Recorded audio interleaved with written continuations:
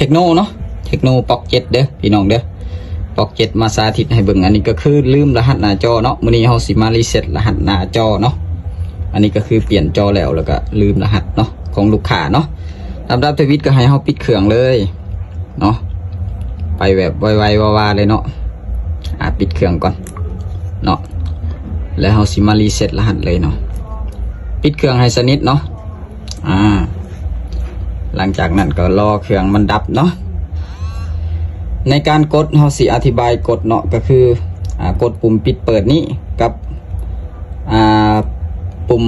มอนเสียงนี่เนาะค้างไว้เนาะเด้อเนาะ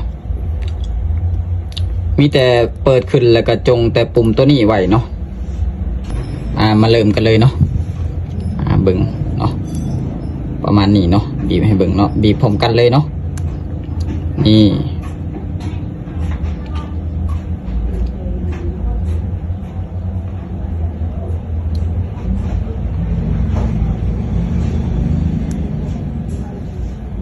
บอขึ้นเนาะ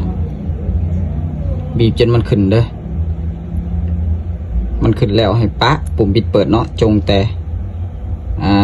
ปุ่มมอนเสียงนี่เนาะไว้เนาะโอ้โดนเติบเนาะนี่เนาะหลังจากมันขึ้นมาแบบนี้ให้เฮา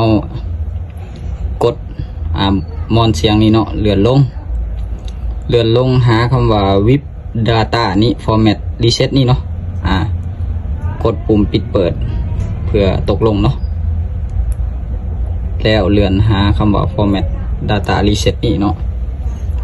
นี่เนาะเห็นแจ้งอยู่ตรงเนาะโอเคหลังจากนั้นก็มีแต่รอเนาะหลังจากนั้นรอเนาะรอให้มันขึ้นมาตอนนี้กำลังว่าง่ายๆว่ามันกำลังล่างเนาะประมวลผลเองมันประมาณนี้เนาะหลังจากนั้นมันสิขึ้นมาแบบนี้เนาะ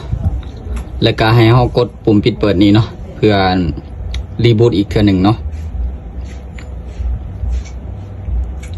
นี่เนาะ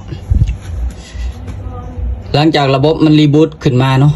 มันก็สิใส่เวลาอยู่ดนเติบเนาะให้เรารอเนาะ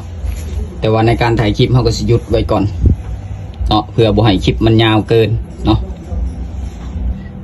หลังจากมันรอแล้วเนาะมันขึ้นมาเนาะมันขึ้นมาแบบนี้ก็ให้เราเลือกเลือกอันนี้สิเลือกเป็นภาษาไทยเนาะเลือกเป็นภาษาไทยเนาะรหัสหน้าจอก็คือหลุดไปแล้วเนาะแต่ว่าน่าจะติดมิวเด้อตัวเครื่องนี้เนาะจะติดมิวเห็นกากระแจขึ้นเนาะติดมิวแน่นอนเนาะเป็นแบบ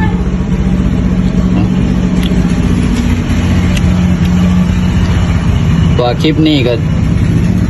สิมีแต่ซ้ำนี่เนาะเฮาสิอัดเพียงแต่ซ้ำนี่เนาะ